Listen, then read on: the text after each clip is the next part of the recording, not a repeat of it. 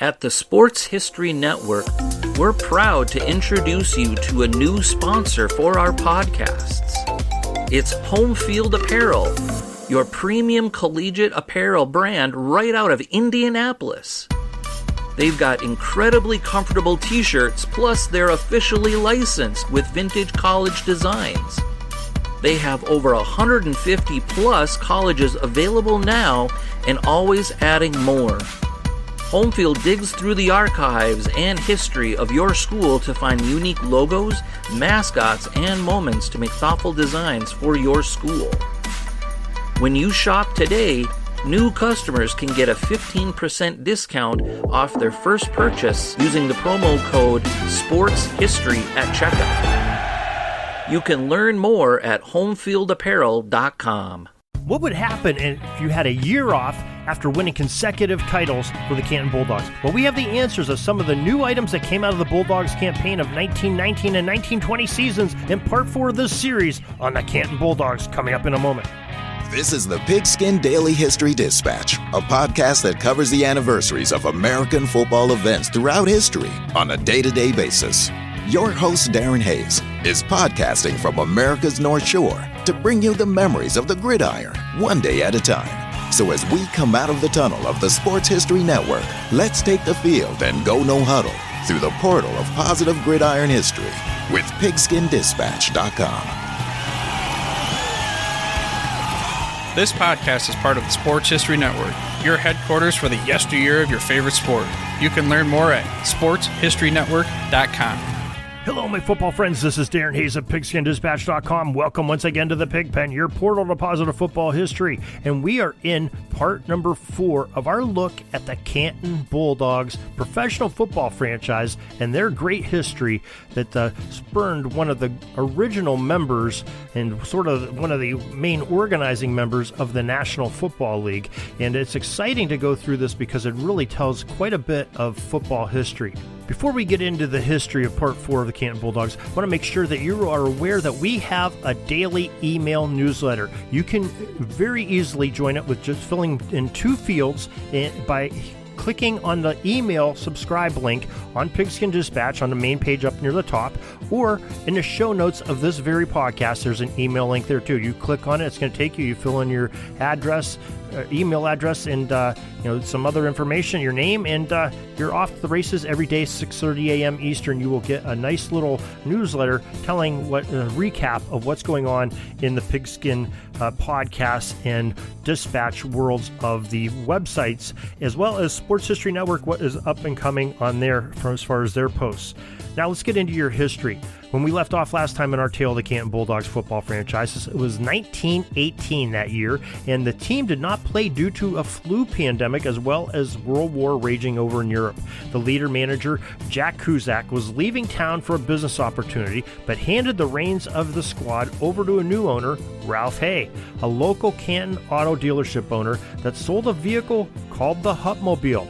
Now, prior to 1918, Canton had won sort of the national title, the mythical Ohio League, for 2 straight seasons, 1916, 1917. They were the top team in the state of Ohio, defeating all oncomers, at least by record.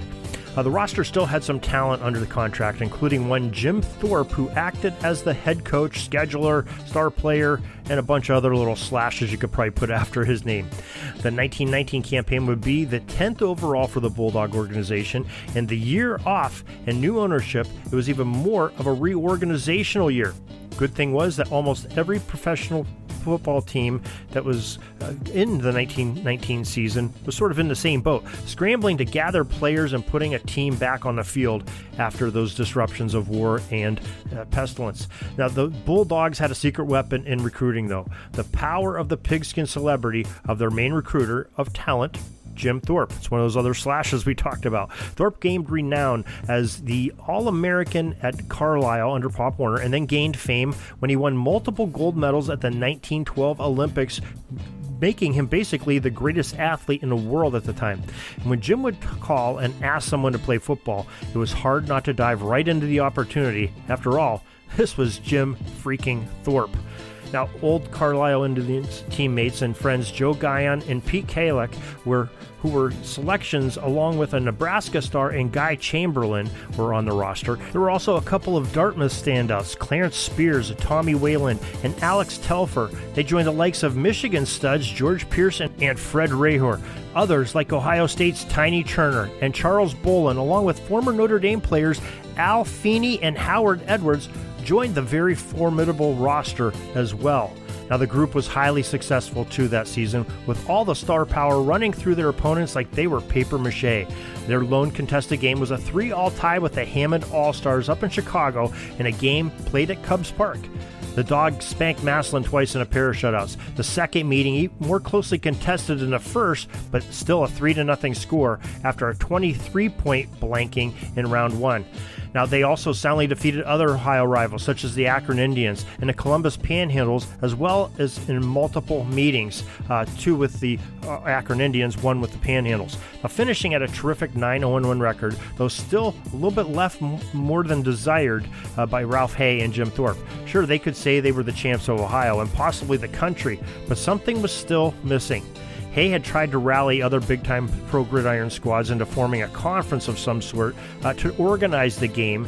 In 1919, these efforts, though strongly considered by most, and they thought it was a great idea, fell through because still teams were trying to get back on their feet after the war and the epidemic had really taken a toll on football. 1920, though, would prove differently, as Hay invited some key members to an August 20th meeting in Canton to discuss some of the ideas of organization, with the famous follow-up meeting of September 17th, 1920 in his Hupmobile showroom. The new organization chose Jim Thorpe as its first president, and the Bulldogs were indeed a charter member of the American Professional Football Association and were probably considered the favorites to win the APFA's title of top team. But they suffered some losses in personnel that could have been crucial. The most significant man to leave was probably Guy Chamberlain, who left to go and become a player with George Hallis and his 1920 Decatur Staley's team that compiled a 10-1-2 record and finished second in the APFA. At the end of the season, Chamberlain was selected as a first-team end and first All-Pro team, rewarding his superior play for that season. Chamberlain's blocking and tackling, along with his on-field wisdom, would be sorely missed for at least a couple seasons by the Canton Bulldogs. As for the Bulldogs, they fell into the middle of the pack with a disappointing 7-4-2 record. Canton jumped out to a 3-0 record that year with easy wins over the Pitcairn Quakers, Toledo Maroons, and Cleveland Tigers clubs before having a 20-all stalemate with the Dayton Triangles. That game was followed by being shut out by the eventual 1920 APFA champions, the Akron Pros, on Halloween. After stringing a couple more W's together, the Bulldogs again fell to Akron a second time and followed up by being taken down by the Buffalo All-Americans Club as well as in consecutive weeks.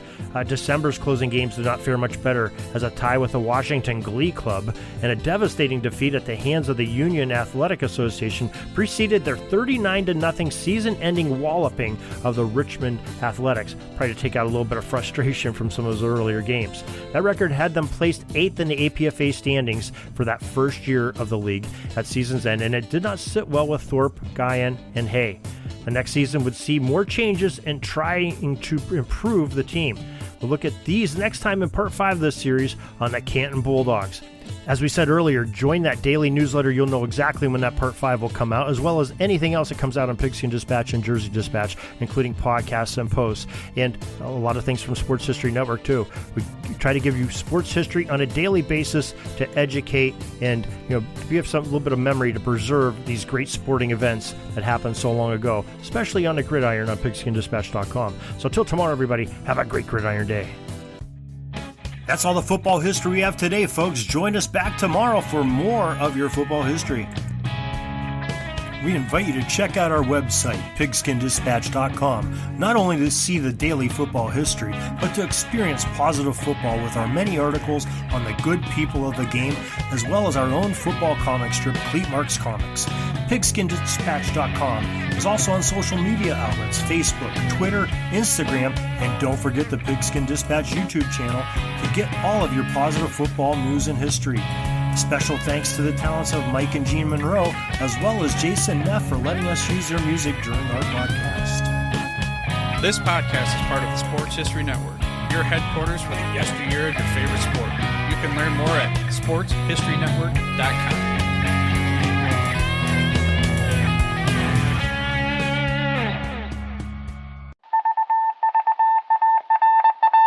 It was just another ordinary day in the offices of the Pittsburgh Guardian newspaper circa 1924. But for Marla Delft, assistant editor, everything was about to change. For she was about to discover the awesome attractiveness of Row 1 brand retro sports paraphernalia items thanks to Orville Mulligan, sports writer. And there it is. Wow, Orville, that's really the bee's knees. Isn't it just? A poster-sized replica of the actual 1909 World Series program cover. I can see that. But where did you get it? And where'd you get it framed? I ordered it from the Row 1 website, where over 6,000 items of sports memorabilia from the 1880s to the 1990s are available for reproduction, in multiple sizes and in several different materials, with over a dozen styles of frame to choose from for prints like this. Well, I'm sure Mr. Delft would love to put up more of these in the office. But I'm equally as sure they're beyond this newspaper's budget. Not at all, my dear Marla. See for yourself. Go to sportshistorynetwork.com/row1. sportshistorynetwork.com/row1. Oh my, these are good prices. Oh, and look at this stuff. Oklahoma-Nebraska football, college basketball art, Michael Jordan items. And so retro it was that sports Marla Delft advertisement discovered the placards. splendiferous magic of Row 1 sports memorabilia, arts, and prints. You can too by visiting sportshistorynetwork.com/row1. That's ROW1 today for access to the full Row 1 catalog of gallery prints and gifts like t-shirts, long-sleeve shirts, telephone cases, coffee mugs, blankets, pillows, towels, and even shower curtains. Act today for 15% discount off all prints with coupon code SHN15 and 20% off all other items with coupon code SHN20 at checkout. And keep your dial locked to the Sports History Network for the exciting chronicles of the 1920 sports world in Orville Mulligan, sports writer. Coming soon.